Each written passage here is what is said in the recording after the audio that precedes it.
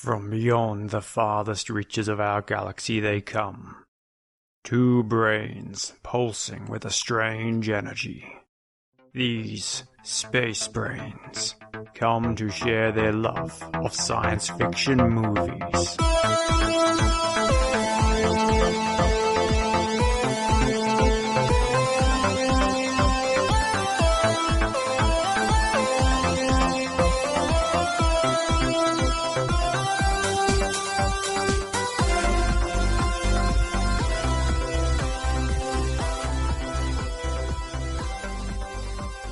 Hi, and welcome to Space Brains, the show where we joy watch sci-fi movies and then talk about what was good and what was great. I'm Surrey, and this is Mark. Hiya, it's episode 61, and we're talking about science fiction film Dark City. It came out in 1998.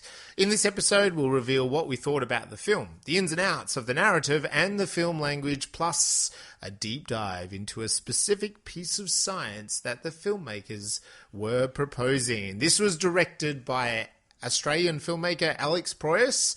He also kind of came up with the story. There's a bit of controversy around that in America. And Lem Dobbs and David S. Goyer wrote the screenplay. So turn back now, if you haven't seen this movie, and go watch it, because this is your spoiler warning. Warning. Warning. That's good. Yeah, Warning. and then like fire us back warning. have a listen to us, because we're going to talk all about everything in this film. Please come back and listen to episode 61 once you've watched Dark City. Dark City is about a man who struggles with memories of his past, which include a wife that he cannot remember. I'm sure a few of you have wished that. And a nightmarish world where no one ever seems to remember anything either. Or they don't want to remember anything, maybe, sorry. So what was your number one takeaway from Dark City? Number one takeaway from Dark City was that Dark City is actually the sequel to Mary Poppins. Okay, that's a bit odd. All right. I know. Well, what's the connection? The connection here. You've seen Mary Poppins. Yes. She floats around in dark, big overcoat. Yes. She bends reality with her will. Yes. And she abducts and absconds with humans. Yeah, okay.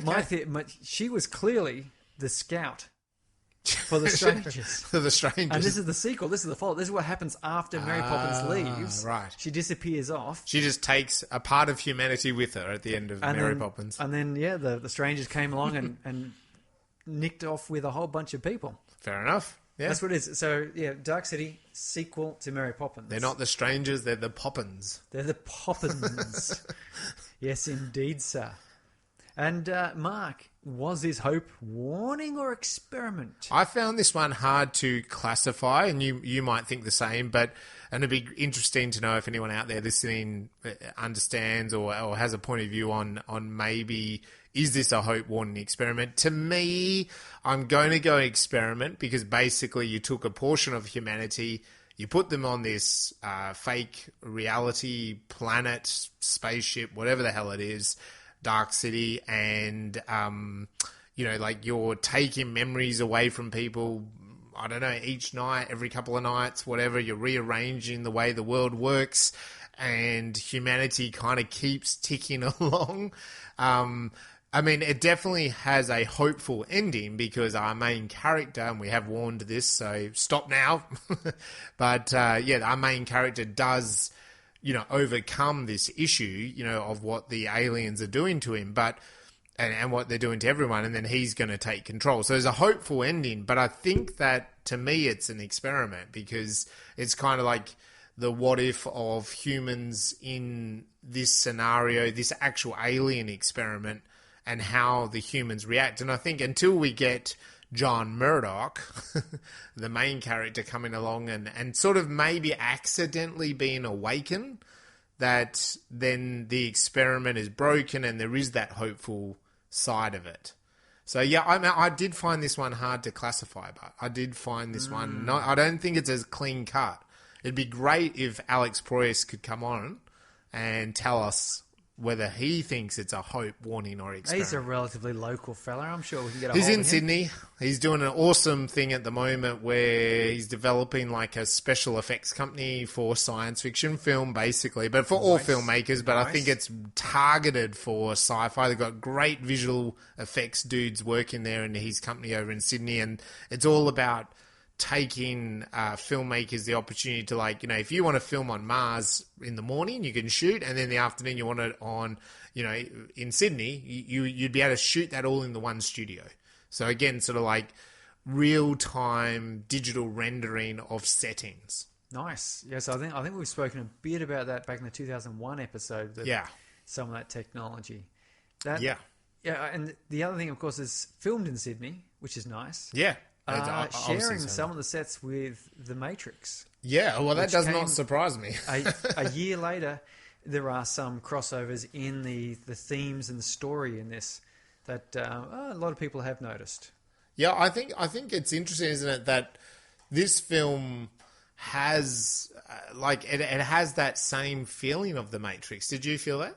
Yeah, my wife definitely pointed that out a couple of times. Like, it almost like you could watch this and go, is this kind of copying The Matrix? But it actually came out a year earlier. A year earlier. And also, I mean, it's not the same because obviously they're aliens. But I must admit, and that's what I want to ask you, is like, what your first impression. But before I ask you, like, I remember I watched this after watching The Matrix. But I'm talking like maybe I watched this in 2001 or 2002, somewhere around there. So it's a couple of years later than when it came out. And I kind of I wasn't confused by the two plots of this and The Matrix, but it was almost like, oh, it's sort of like The Matrix. But then now looking at it and going, oh, it came out a year before The Matrix, and it's got some similar kind of connections to The Matrix. So what was your first impression? My first impression was it was freaking awesome. Yep. And certainly the reason for that is I watched it before The Matrix. Yeah. And at the time I was playing a lot of role-playing games, tabletop, Dungeons and Dragons. In fact, it was World of Darkness, which by White Wolf, if any listeners have dabbled in such things. I'm sure they have. But it shares similar, as you can tell, it's called World of Darkness, and it's a dark city. There are some similar themes involved. So it was very exciting. And again, it was a film that really I loved because it went full in on its concept. Yeah. Like, it had the strangers, but it went right early on, superpowery type effects, and mystery, and it's very easy for a lot of these sort of films to have a good hour of it's indistinguishable from just a cop drama. Yeah. Because maybe it's budget, maybe it's imagination, maybe it's how they managed to get producers on board. I don't know. But a lot of these sort of films, they'll play it out as something really ordinary, and then they'll pop in a couple little bits at the end. And I love this one because right in the first 15 minutes or so, there he is. He's using his magic powers, and you go, oh, that's really cool. This is not just an ordinary, it's not just a film noir detective story. Yeah, and it's a good point, actually, what you're saying there, because you do, when the guy gets his, when the stranger gets his head sliced off, I think that's only about the 30-minute mark, and you see, you know, this alien bug creature spider thing crawl out of his brain. And that's only at about the 30-minute mark, which is what you're saying. So there's a lot revealed quite early in Dark City. Yeah, you're kind of... You're left on the hook for a couple of the mysteries, but there's certain parts of it that it's just... They're just revealing straight away. So how did the movie make you feel? Well, this was kind of a bit creepy to me, this movie. I think it's a bit scary. And it made me feel like when you realise... I think when you think about the deeper world-building exercise of Dark City that we have... Like, at some point, these aliens have taken a big portion of humanity into space. Like, it's creepy. That is creepy, isn't it? Like, and also, the humans don't remember. They don't remember even, like, Earth. They just think that this is reality. And the film, what you're saying, like, the film doesn't kind of just straight away, it's a detective story for an hour, but then bang, no, we're aliens on a planet. You know, like, this movie kind of sets up pretty quickly that, no, we're in a bit of an altered reality. And I do remember when I first watched this, I was kind of a bit confused about the reality that we were in, like, you know, until the end of the film. Like, it took me a bit to get it. This viewing, second viewing, I had a bit of better understanding straight away. Oh, no, okay, you know, like, there's aliens and stuff. And I did actually, even before tonight, sort of start watching it even again. I just sort of had it on in the background when I was kind of writing up some of my notes for tonight. And but yeah, it creeped me out, thinking that, yeah, there's a huge bunch of humans that have just been picked up and taken into space. They don't remember anything. And then also they're constantly being wiped and restarted, so to speak. Yeah. And what was this the first time you watched it, or did you see it way back in 98? Well, I saw it back. This is about the fourth or fifth time I've watched this film. Okay. Did you see it at the movies? I saw it at the cinemas, yes. Yeah. With my buddies. Oh, yeah. It was very, like I said, it was very full of sound. Yeah.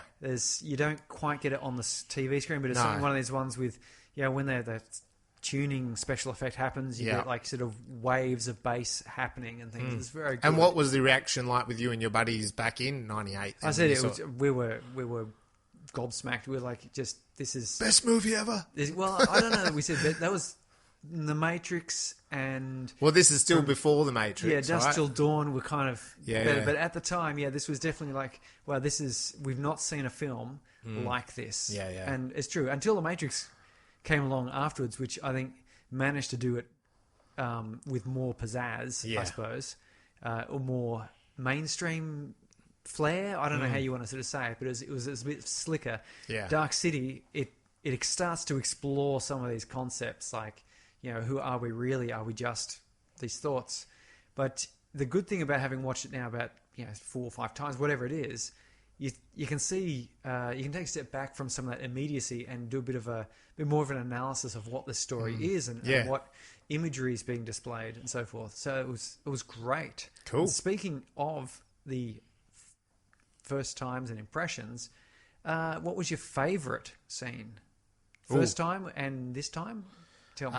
I think first time I liked when he had the scene where they actually reveal what the aliens are doing when they change it. So there's a moment where they do the tuning. That's what they call it, right? So the tuning is happening. Shut it down. It's time. And they do the tuning, and it's kind of like then you actually see what happens. And so to begin with, it's quite abstract because you have this massive face kind of comes out, opens up, and then there's a huge clock. Now, it's straight away. I mean, we watched Metropolis. I was going to say, it's immediately Metropolis. There's a lot of Metropolis in this film. I mean, oddly online, and again, it'd be great to speak to the filmmaker about this, but online they talk a lot about, connection to the Twilight Zone and stuff. But to me, I'm like, there's a lot of Metropolis here. It's like, seriously, like those buildings and the way they all march into the big machine. Yes. And the fact they've got a big machine. Which is this sort of gothic, almost, German impressionist face, which opens up to reveal clockwork. Yes. That is the Metropolis. I think when like you and I, we only did Metropolis a few episodes. Go have a listen to it. It's great. It's a classic. It's one of my favorites. And, like you could see Metropolis in this movie to me, like the way the building. So when there's that reveal and the twisted building kind of grows out, and then on top of that, they go to this apartment with the doctor, and there's the poor people, the working class people talking about the shift, and they're at a little tiny table, and they sit down and they're eating, and then of course it's midnight, and they pass out, and then they come in, and the doctor ejects them, and he says some smart ass stuff to them, like, maybe by the time you wake up, this will be a much bigger room, or you might have maids' quarters. You'll have a maid's quarters. That's it, and all that. Like I thought that was a really cool kind of moment in the film. Then I think now watching it this time, I still liked that again, but I also liked the way the strangers were, and so the scenes where the strangers were confronting John Murdoch or the Doctor. And again, when you think about the Matrix, like it's funny, like they kind of almost, they're not as robotic as Hugo Weaving, Mr. Smith, but there's connections to that kind of very creepy villain that isn't human. You know, like they're very abstract compared to a human. Dare I bring in another German silent film, Nosferatu? Yes, They're basically you can all dare dressed, accepted. They're all dressed exactly like Nosferatu. Yeah, they are, aren't they? And there's even the special guy like Agent Smith. Smith, the one who takes on John Murdoch's correct memories, if you like, of being a psychopath. Yeah. Which again means that he's starting to vary from the mold. Yeah. Which is like Agent Smith taking his plug, like his ear plug out, isn't it? Like, and he's like sort of changes a bit. He seems more empathetic. He does, yeah. Like, or sympathetic, I suppose it should be. So what about sci-fi in this film? What did you like? Well, the thing was, I think, which you said at the start, and I think we're on the same page here, is that the world-building idea, that this concept of humans being taken, and I think for any writer out there, again, like I'm a writer and you're a writer, it's a great example here in Dark City that you're not starting the film with, once upon a time, humans were taken out of their, like we're into the world, and the assumption is we're on Earth. Right? Like, that's the trick. That's sort of like the trick. We're at some point in time, and the filmmaker is using the effect of, maybe it's some sort of 1930s, 1940s, 1950s, roughly weird, abstract place on Earth, right? Like, and so, because at the start, it's a slow pan down from the stars onto this cityscape.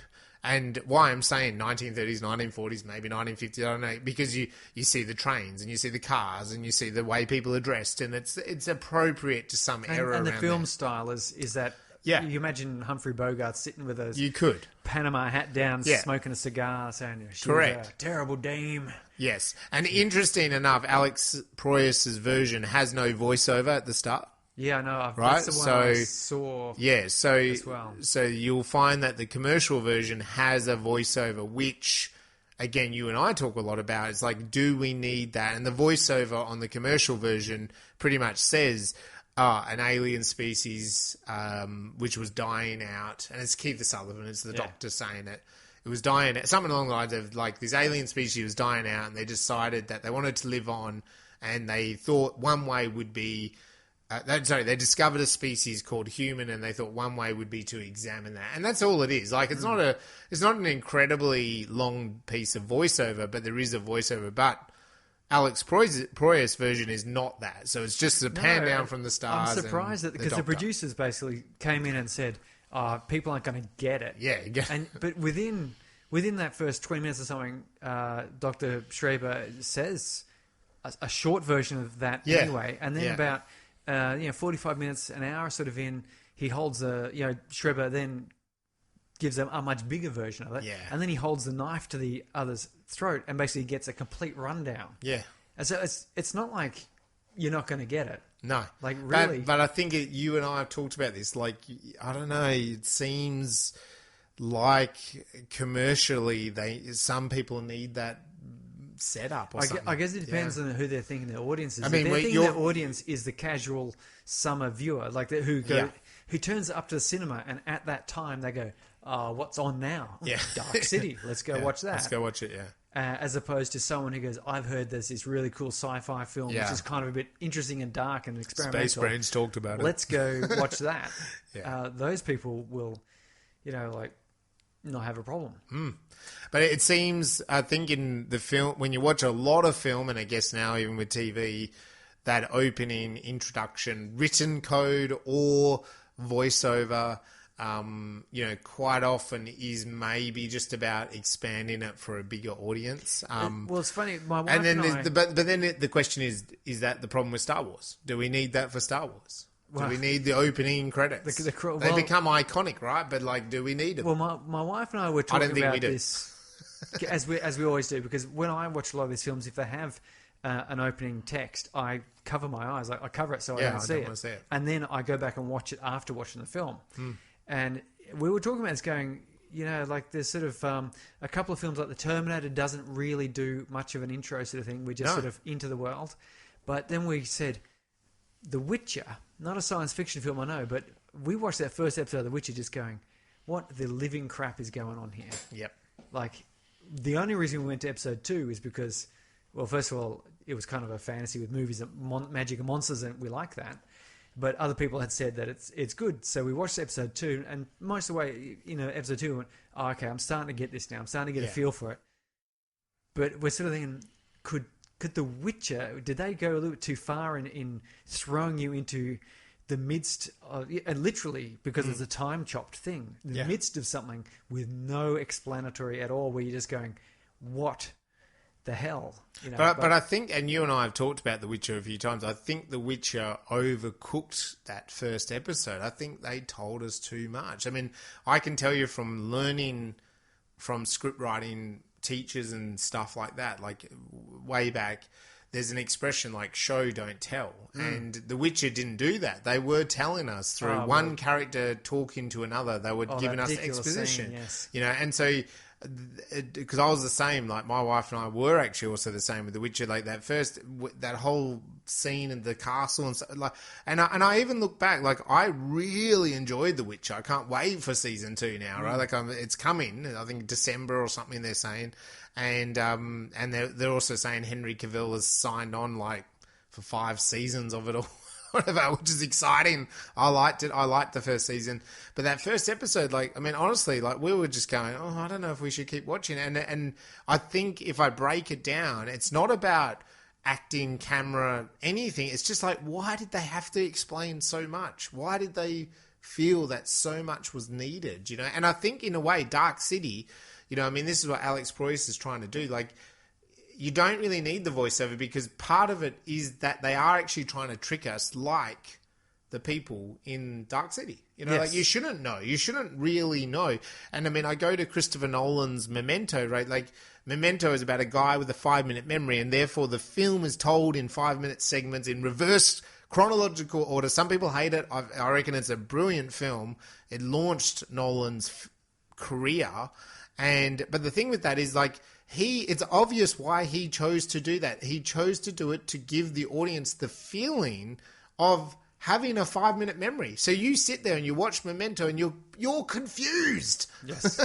So because the Guy Pearce is confused. Like he's confused the whole time in the film because he's got a 5-minute memory. Can you imagine what a 5-minute memory would be like? And that's the premise of the movie. And here it's the same thing. Like this is the world we're in.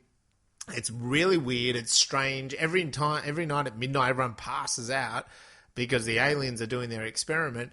Yeah, you're going to wake up feeling confused about things, And so the audience shouldn't really expect things to be spelled out. But I think when you start talking about $30 million films, $40 million films, $200 million US Hollywood films, they start to get a bit worried that if people are having to think too much with their popcorn in their mouth, that they might walk out of the cinema and tell all their friends that I didn't get it, right? So they go, no, you need to sort of give them something to get the story going.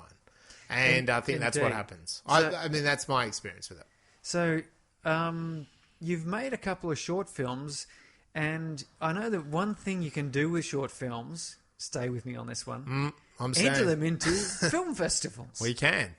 And if you had a science fiction film, where would you be able to enter that? I would enter it into the Spacebrains Sci-Fi Film Festival, Surrey. Oh, so would I. Except for probably you and I are not accepted, are we? Or are we accepting them? Well, no, we've got plenty of entries, so we don't have to put anything in. Okay. Otherwise, it'd just be showing our films. No, but I want my film in there. Maybe my film is sci-fi. Well, just, I'll corrupt. I'll sleep with the judges. Silence. Can I bribe the judges? I can bribe myself with chocky bars and ice cream. I like ice cream. But anyway, the entries are open now. You can get Film Festival, filmfreeway.com. Jeez, Louise. Yeah, Film Freeway. You can hit up spacebrains.com.au, socials. We are today officially on Scream West's event calendar. Ooh, if you're nice. very local, so I shared that online earlier today. So we're up there with Revelation and the other WA festivals, which is only a couple of them. Cinefest Oz is coming up in a couple of months. Yeah, so we're up there, which is awesome. But yeah, if you're Mandra or Australia or international, there's all those categories available. So, yeah, create a sci-fi, get it made, and submit. Yeah, feature film or short film. To watch it. We would love to watch it. And let's get in there. You're invited to come along and, watch what the talent is and meet other films. And gala event, May 21 in 2022. Yep. It's a Saturday. It's here at sunny Mandra. It is. Although, I mean, today wasn't terribly sunny. That's May's a different time. It will be a beautiful sunny day. It'll be a beautiful sunny day. We'll have a red carpet. There'll be photographers. There'll be a videographer. There'll be stadium seating and beautiful sound and a big screen to have your videos on. Maybe Alex Proyas will come. It's look, it's possible. Who knows? I don't want to leak who our surprise guests are at this stage. No. But it could be any one of a number of well-known names. It could be. It really could be. It could be David S. Goya, or it could... Kiefer Sutherland, Kiefer Sutherland's in Dark City. Why not? Maybe we can get him over. Maybe. Who knows? Anyway, we'll see. We'll see. Apparently he's doing a lot of music now anyway. More announcements later. So, Dark City was directed, as we keep saying, Alex Proyas, Australian sci-fi. Now, look, you probably heard of iRobot. Will Smith. We probably need to do that as an episode, don't we, as well? Yeah. The Knowing. Have you ever seen The Knowing? Nicolas Cage. Yeah, that's Alex Proyas as well. The Crow. Yeah.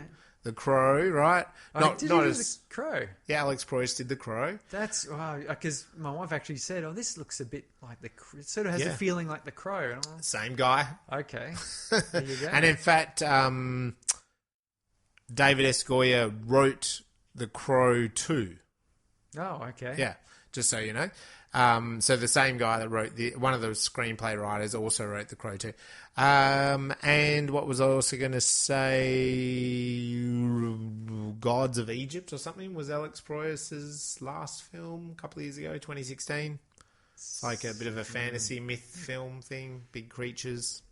Lots of special effects. Egypt. Gods, something like that. I don't know. It's not very science fiction. Yeah, so not so much sci-fi, no. But yeah, The Crow, Dark City, iRobot, of course, and The Knowing. So all sci-fi. And recently he's working at a production company, his production company in Sydney, which are deliberately about special effects without kind of changing locations. And they've made a couple of sci-fi films in that setting to kind of show off their special effects powers. So sounds fantastic. It looks fantastic. You've got to go check it out online. I think we should share a couple of their shorter versions on Spacebrains just to kind of promote it. It looks great. So this was also written. Alex wrote the story, and Lem Dobbs and David S. Goya wrote the screenplay. It does star Rufus Sewell, Kiefer Sutherland, Jennifer Connelly, Richard O'Brien, williamhurt, and probably every Australian actor that you've ever seen on Home and Away or Neighbours or any of those ones. And Mad Max. There's a massive amount of Australian actors in this. It was filmed in Sydney. You know that scene with the big face? This is Melissa George's first feature film. It was. And you do get to see her naked. And killed. If that's what you're into, go for it. It's got the whole range of life through death. It does. The big face, the Alien Underground, that was shot in an old amusement park. Oh, not... Right? So, not in a studio, old amusement park, and they even built the railway thing. Luna Park? Not Luna Park, no. Not that old. The budget was $27 million, and the film made $27 million. So, even Steven. I don't know if that makes people happy or not, but anyway. It probably makes people meh. Yeah, I think so. I think you got to double it or triple it to make people happy. Yeah, they don't seem to even be happy with doubling. I mean, like what we said with James Cameron, he managed to get the producer on board by saying, I'll sell you the script for $1 if I can direct it, and they were happy with that. And then, do you know what I saw? This is not sci-fi, but he said that with the Titanic, right? They pitched it at 120 mil. Yes. The budget. Fine. Here's 120 mil. James Cameron, Titanic. Terminator 2. This guy's fine. 120 mil. Go for it. I don't know why you want to make this movie, because you've just made Terminator 2 and you should be making more sci-fi, action, whatever. Halfway through, we need a bit more money. No, we're not giving you any more money. Well, we need more money. Well, what are you going to do about it, James? Okay, I'm not going to earn any money from this film. Oh. Producer's like, okay then, no worries. We'll give you more money. They gave him more money. Titanic goes on, makes like $1 billion. He makes nothing. He made zero. And Zilch. He cried all the way to Avatar. He did. Which made $2 or $3 billion in the first Well, he probably learnt months. the lesson, right? Yeah. So anyway, it's a scary world, right? Like the film industry. So I don't know. Alex, again, could maybe tell us about that experience. It'd be really interesting. This is the thing. We've got to get him on the show, sorry. Make it happen. Done. So this film, just before we get into the plot, it's dark, like The Crow. I'm glad that your wife picked up that, because it is like The Crow. It is dark and there's lots of shadows and stuff. Another word for that could be film noir. Well, it was definitely noir. There's the lighting just didn't seem to penetrate. No. But it does. That's the thing with film noir. So, like, when you go back to the 40s, like, you look at it and it's black and white, and so the shadows are they're even harsher.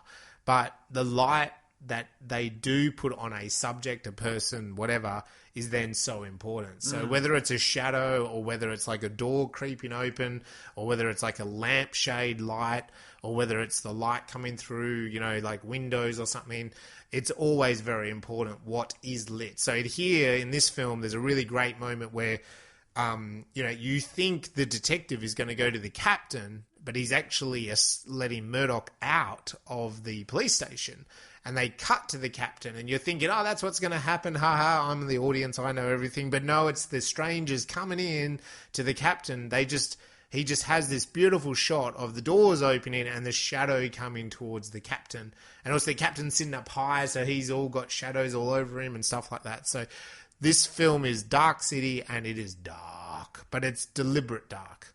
So, and I think the great thing with darkness now, Surrey, in the digital age is the modern TV, laptop, even phone, with its capabilities, it shows darkness in a really cool way.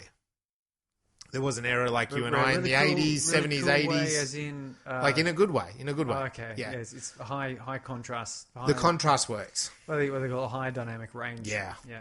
Whereas, we grew up in the 70s and 80s where that didn't work. So. Oh, well, VHS. I had this film on tape. Yep. And, it's not... You're like, what's going on? I don't know. It's all grainy. And, You're not too sure if the grain is deliberate. It sort of made sense for this film, but okay. But it's so much better when you get to see it like that. So I just wanted to set that up, and we've talked a bit about it's kind of like The Matrix, but instead of computers, it's aliens. So if you go in to watch Dark City and maybe take that on board, it gives you a little preface. And I think it is interesting taking it like The Matrix, because also like The Matrix, it's kind of one of these stories that has it's got an obvious story which you can watch. And that's what I watched when I first watched it. But it's got sort of a couple of undertones here, for example, of things like the awakening of, understanding.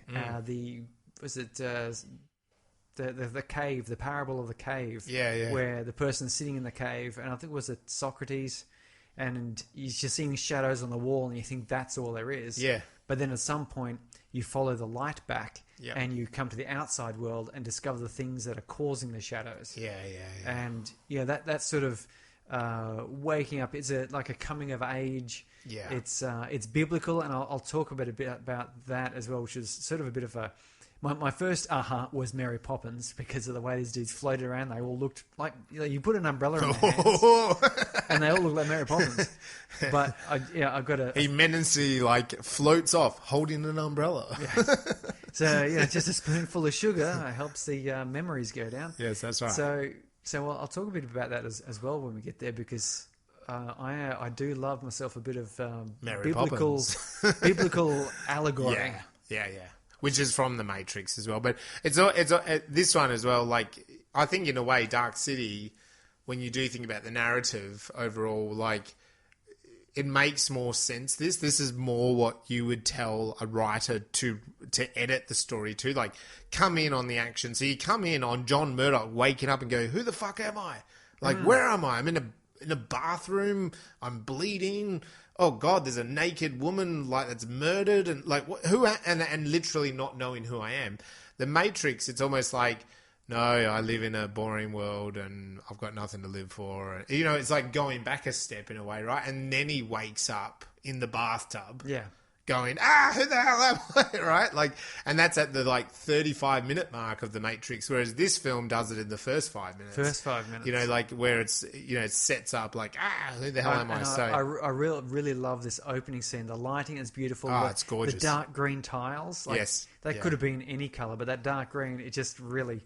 And then he smashes the fishbowl and saves the cat. the fish, and because he's been put in the situation where you're to suspect he could be a murderer. Yeah. He picks up the goldfish, saves it. And then even the police officer picks up, what sort of murderer would save a fish?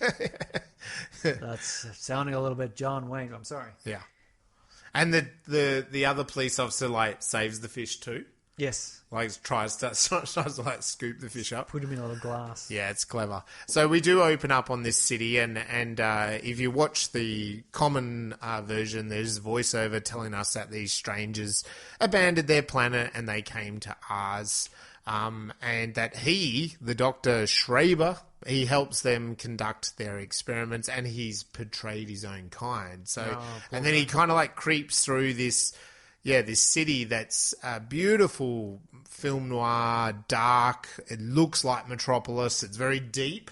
You notice that? We kind of we tilted from the top of buildings all the way down, and there's multi-layers. And there's freeways and there's trains. Over roads. Yeah, it was very similar to Metropolis. Yeah. And I guess that's the thing. Later we learn it's a reality that the aliens have made out of multiple settings from Earth. So yeah, they've kind of taken different errors, which again is a bit Matrixy, isn't it? Yeah, it is. It's extremely Matrixy. And he hobbles along. It's kind of cool. Dr. Schreiber, if that's how you say his name, I loved him as a character because he's got a weird eye. Right, it's patched over, the skin's growing a bit over his eye, a bit like Dr. Frankenstein's Igor or something. He's got a hobble. He's obviously then extremely intelligent in terms of the scientific kind of mind. He's very obsessed. Later, you find out he's very obsessed about his work. He's really into his work.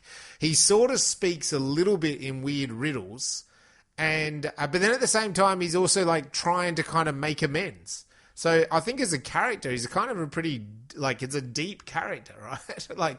So to me, he sold that. And Kiefer Sutherland, I think this is a point in his career because it was before 24, that TV show that sort of brought him back into the limelight for many years there. So I think it was kind of probably somewhere in his acting career that he maybe wasn't as big as he was in the 80s, and so he did this role, and I think it's a really cool role for him. It's a good age. He's not too old. Quite often, the scientists, you take things like Edward Scissorhands, and they're these really old scientists, and whereas he's quite, only somewhere in his 30s or 40s or something. I don't know. It kind of worked well, I thought. I liked him. I think so. I have to agree. I liked the character. I loved his very reckless way of talking. Yeah, it made you feel that he was a bit frail. He did feel like he's frail, and he sort of says that to us a few times. So John wakes up, he smashes the goldfish bowl, saves the goldfish, finds a bloody woman and a knife, and he's a bit horrified, chucks his stuff in a suitcase with KH on the little label. Yep. And he trots on downstairs, and I love this interaction he has. He trots down, and the guy says, "Hey, what you doing? You got to go get your wallet from the automat." And he says, "Oh, what? You're paid for 3 weeks. Do you want to stay any longer? You got to just no time off for good behavior," whatever he says, And it's just a typical, New York sort of slumlord voice type thing going on. And he sees his name, J. Murdoch, which is the first time he's seen it. He goes, "Oh, I'm J. Murdoch." Yep. And he has a little scene later on going, Jack, Jacob? Yeah, he does. John? He's trying a few things.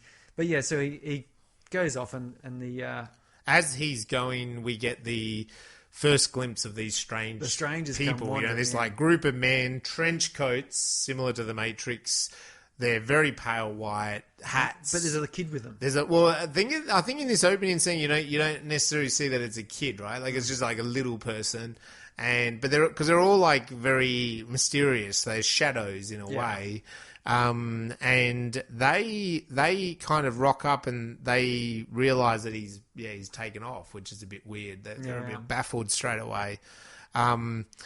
And so he flees the scenes. His wife, this woman, Jennifer Connelly, rocks up. And it's good to see Jennifer Connelly. I don't know. I don't really know what happened to this. Such a big 80s star, you know. 2 big 80s stars are in this film. Big.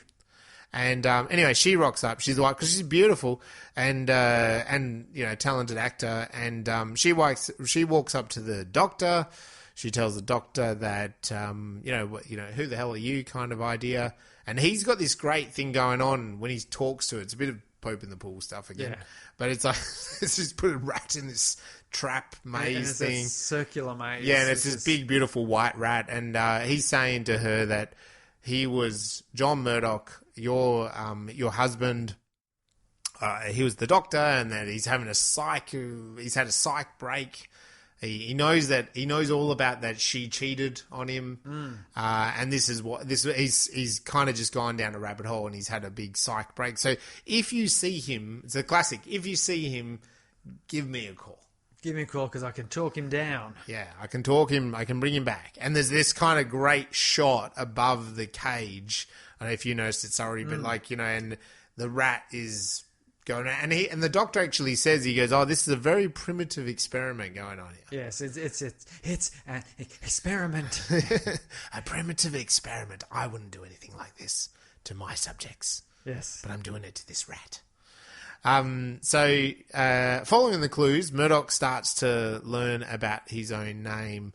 So he gets his wallet. He goes to the automat. Yep, which I thought was interesting because it's like just a banana. Like, yeah, it's quite a surreal. Like, you'd never have a shop that was like that, which gives you that feeling that maybe aliens kind of invented this, and it's just like a banana, an apple, and it's not like he replaces the banana with another banana. No. The banana gets taken by someone, and he puts a sandwich there. Yeah, and it's just like these random food items. And he tells, you know, Murdoch, "I got your wallet," and he puts it in an empty spot. And Murdoch says, "Well, I can't get it," and because he doesn't have his wallet, he can't put any money in to open the automat thing, and so he gets a bit frustrated. And that's where we see his like little brainwave shoot out and pop the door open, which sort of surprises him. But he grabs the wallet and goes out and says hello to Melissa George. Yeah, well, the police kind of stop him, and then she steps in as, you know, pretending to be as a girlfriend or something, and they let him wander on. But yeah, it is interesting, that wall of glass cabinets, and you're right, like the banana and the sandwich, and I mean, yeah, it's a bit of a throwback to that era of, you know, like glass cabinets and picking a slice of pie out, and then I think also that in different cultures we have.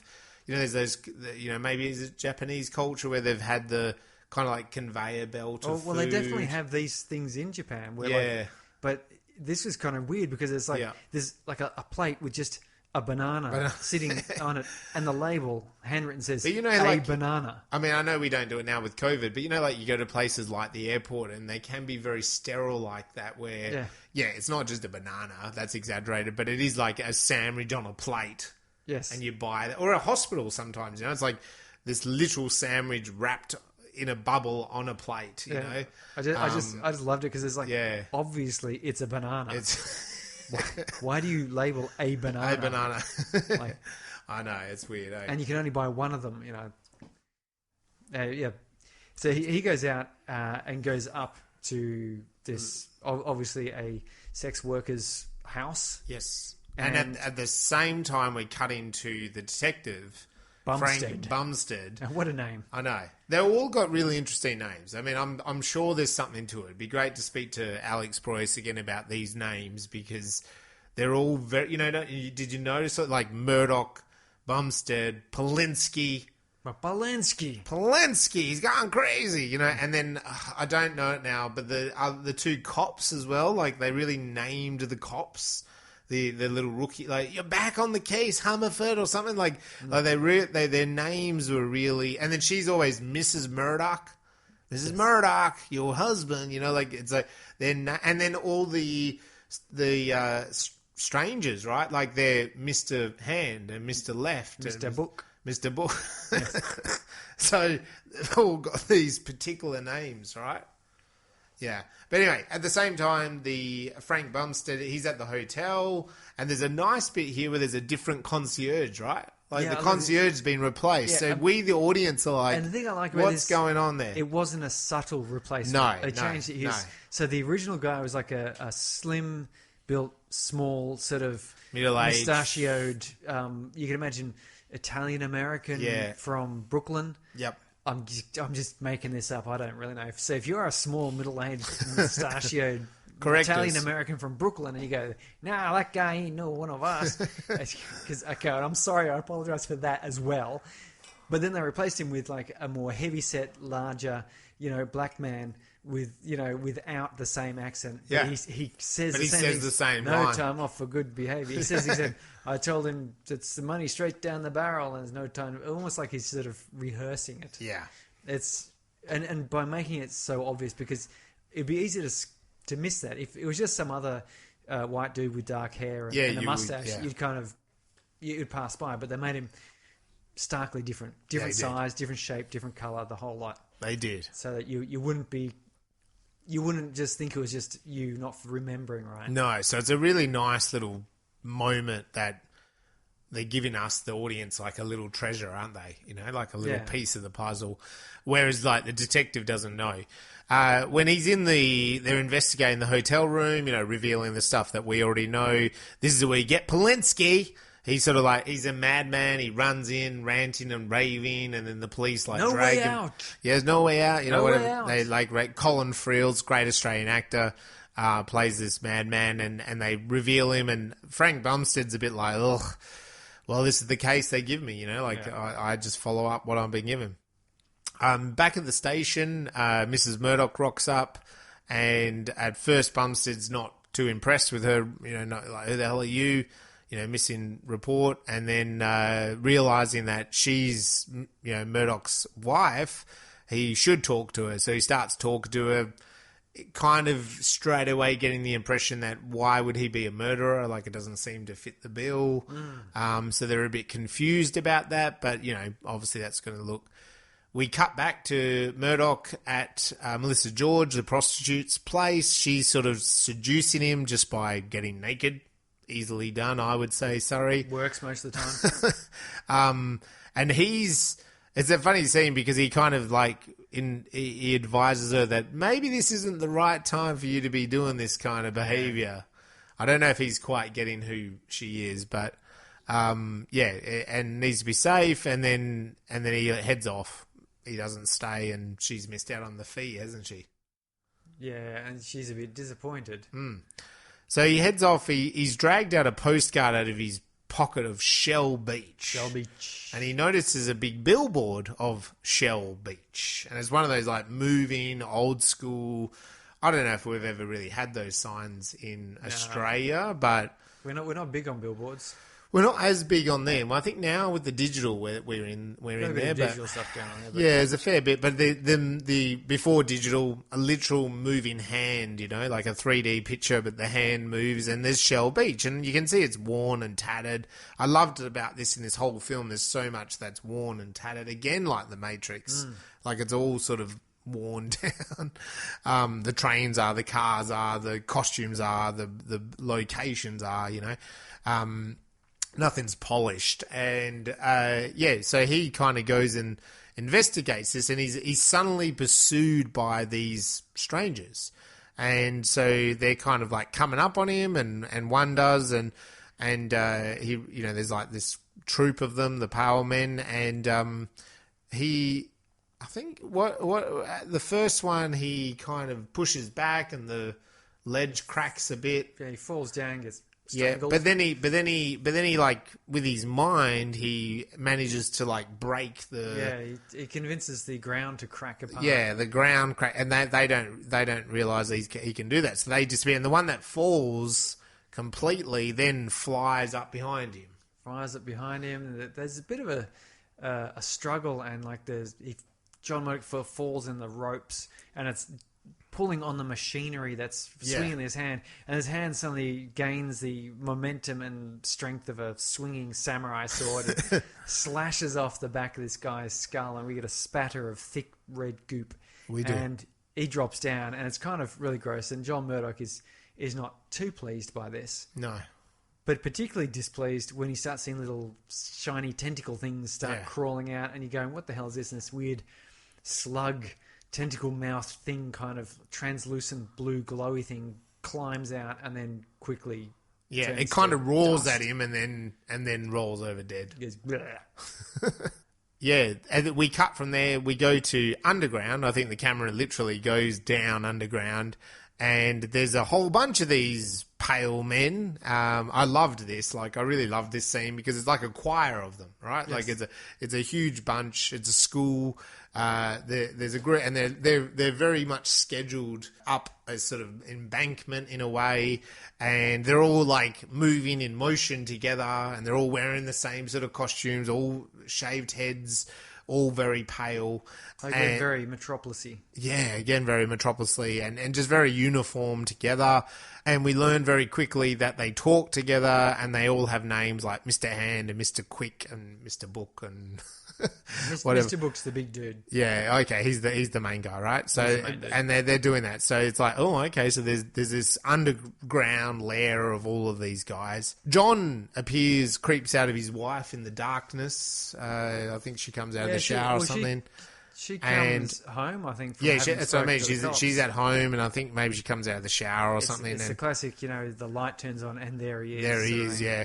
And they start to argue about the affair that happened, and so that's sort of going on. And we cut from there to the doctor, and this is a great scene. The doctor in the spa bath. So it's like a communal spa bath, or I don't know what they call those things, a bathhouse or something. Yeah, this is just after the Pope left the pool. Yeah.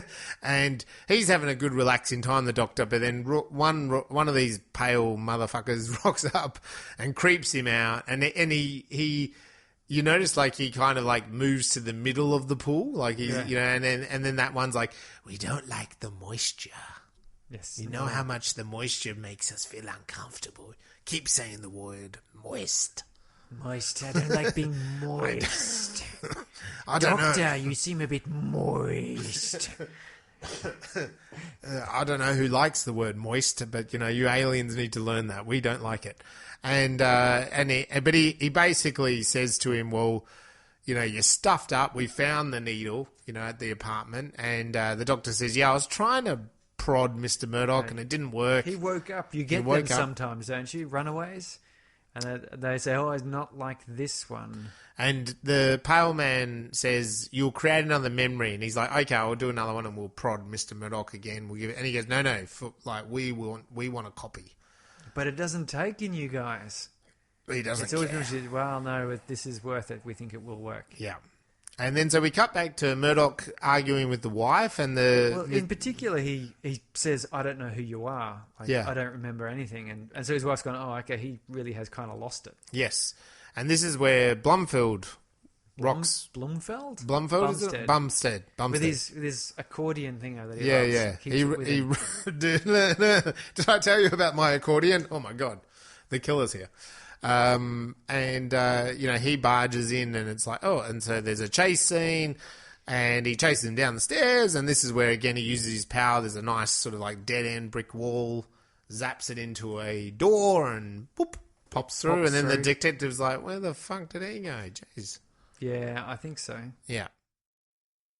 So yeah, anyway, Bumstead though, he goes to the doctor. He goes to the doctor first because he's told that he's apparently the doctor of John Murdoch. Yeah, well, in that scene, he got the business card or whatever. Yeah. Yes, and so, Oh, I'm sorry. That's right. I lost my place. So, yeah, the detective goes to the doctor and he reveals to Murdoch that he says to him that he doesn't think Murdoch's the killing type. Like, he doesn't seem to be the murdering type.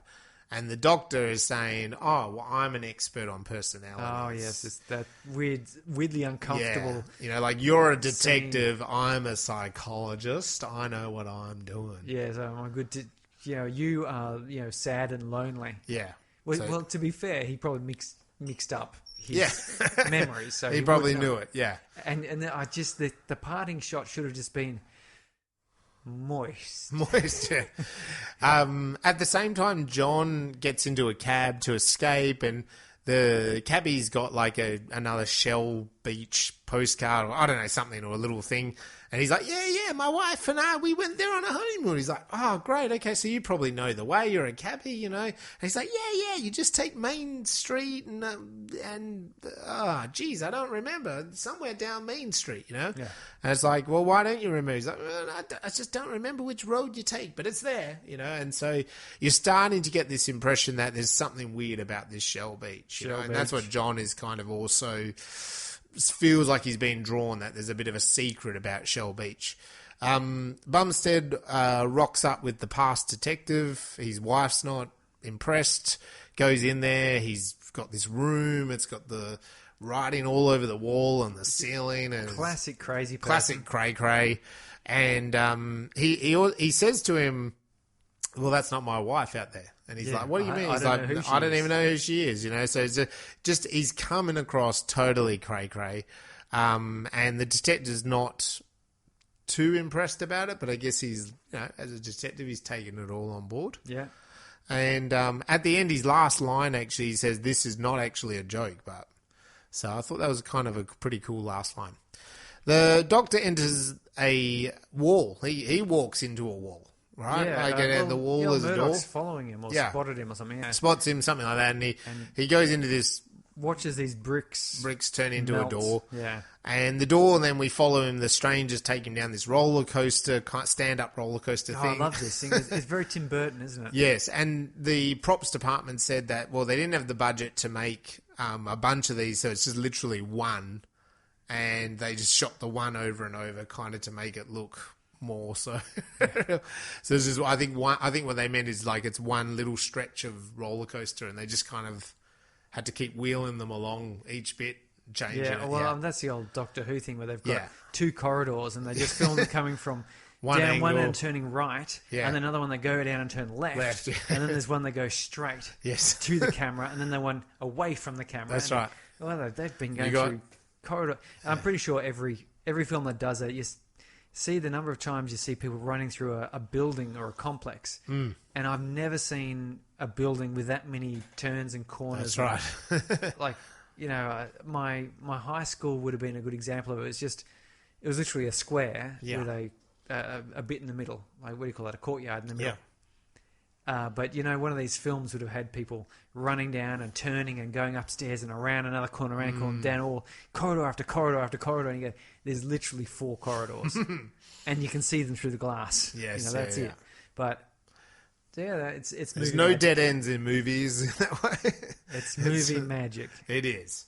So this is where we kind of have a whole unveiling of that underground and the Doctor's lair. And he even though, you know, he's obviously starting to give more away, you know, onto the good side, maybe, so to speak. There's a moment here where he's like, oh, a dash of, you know, regret and a little splash of an asshole parent and a teenage rebellion and a death in the but family. He's really the thing is, to me, like, it didn't really matter what he was saying. He was just loving the science. Like, he was into what he was doing, because he even jokes with, like, one of the ones, he's like, you wouldn't get lust, you know, like, that's a human emotion. Like, he's taking the piss out of them, like, you're getting me to do this experiment, you don't even really get the emotion, you know, like, he's really, like, jerking their attention. I actually think, looking back, this was when he's putting together the instruction for Murdoch. Probably, because when else did he get the opportunity to? Yeah. So, because he's saying, you know, the death in the family, the touch of rebellion, and when we go through his memories later on, we see that there's that fire, for example, where his parents died, and that's a good point. I didn't think of it that way. Now that you're saying it, But it's a cool, like, and he's having a great old time with, as I said, he's like even taking the piss out of the, you know, the alien who doesn't really know what he's talking about. It's a rather steampunk device. That's like, you know, it's sucking up liquids from one thing in a rotating barrel, and then it goes and drips it into the other thing. Extremely science looking. Watches through the microscope and sees the molecule joining in to form a wobbly blob. And then along comes your little mate. The boss. Yeah, I love that. Mr. Book. Mr. Book, and he just like rips him up, flips him upside down. Oh yeah, and he's saying, "What's going on with Murdoch? You stuffed up on him, to be honest. Yeah, you screwed that one. You screwed that one." And he's sort of lucky because, and then he says, "Well, I think that maybe it's very scientisty because he says." Well, I think he's evolved a bit like you, and they're like, you take lifetimes to become like us. You know? Yes, he's just like you. Yeah, and with that, it's like, no, it's 12 o'clock at night, so it's time. That the line is, it's time. It's time to do the tuning. And so the big Metropolis face comes out of the wall. We get a bit more of tuning in this one, don't we? This is where we get that. What I said earlier. It's like we have this whole now scene of. The tuning starting to begin and commence, because then Murdoch, who's sort of watching on, he notices it's midnight, so all the cars come to a stop, the trains stop, and he starts going, well, what the hell's going on? He wanders around, and it's good. It's a good scene, isn't it? Because, I mean, you imagine if you're in that scenario, it's almost like the world's died around you. He opens a car door and screams in someone's face. He tries to shake someone awake. He, like screams out to the heavens, because you'd be like, what the hell is going on here? Like what do I do now? And then with that, the the doctor, etc.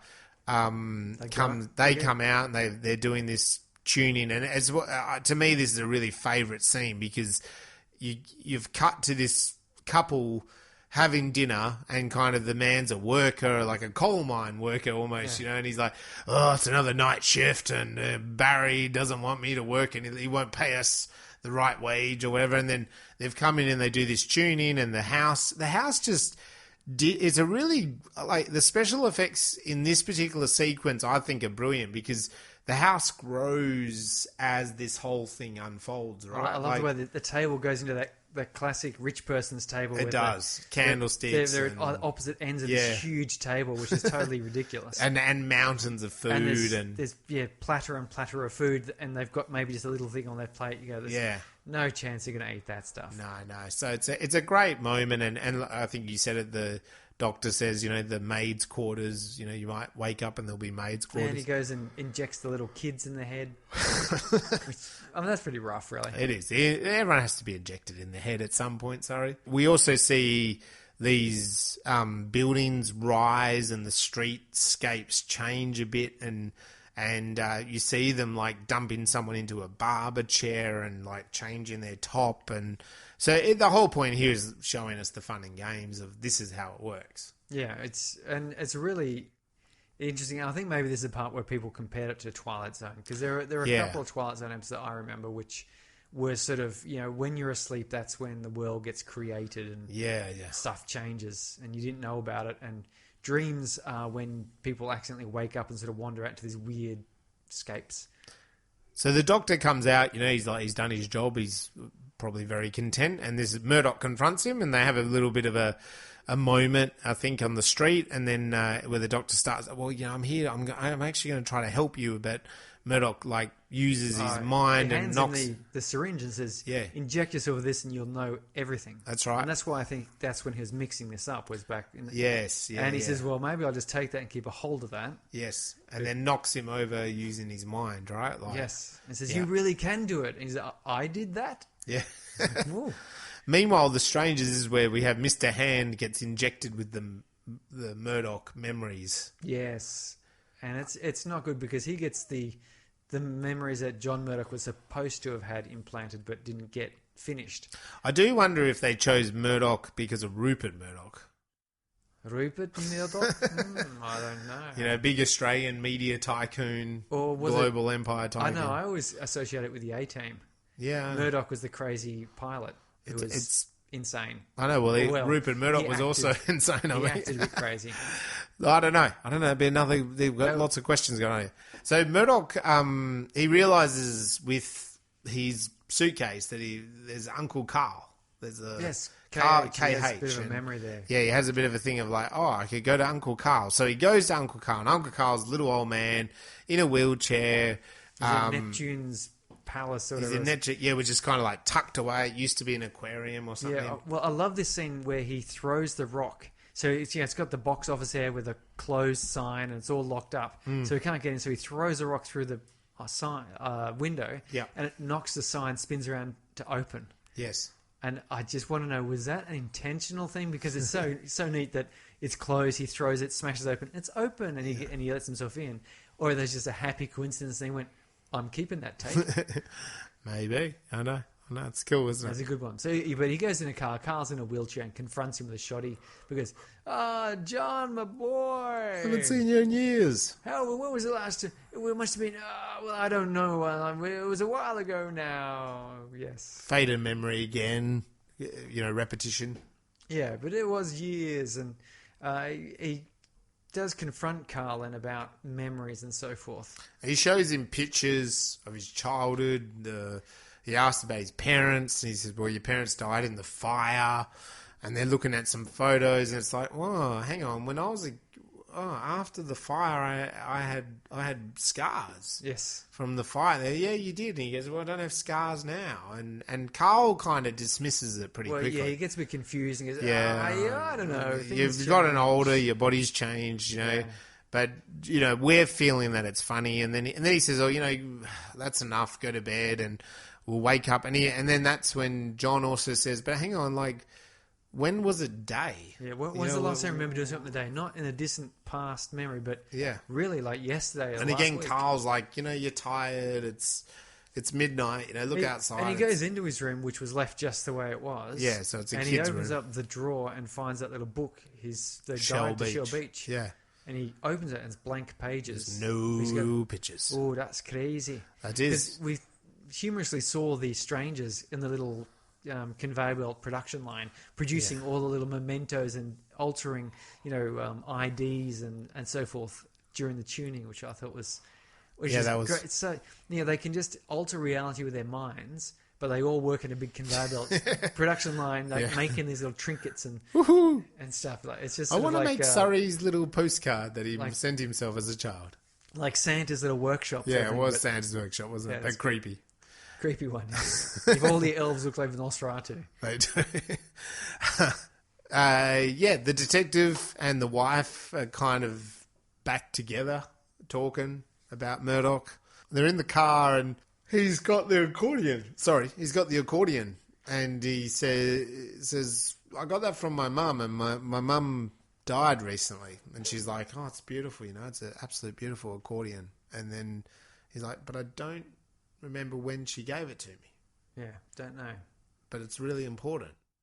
Why is that? And it's kind of left up in the air that, but he's you can see the detective is thinking it through, right? There's something weird going on here with the memories.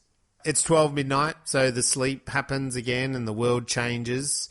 In this time, Murdoch, that's right, when Murdoch has gone off to the kids' room, it's just important there that Carl rings his wife. Yes. So then, therefore, the wife and the detective, okay, we're off. We know where Murdoch is. Let's go get him. And he knows that as well. So he takes off. He flees Carl's place. And as he's fleeing, it's midnight. So the world goes to sleep, including the detective and that.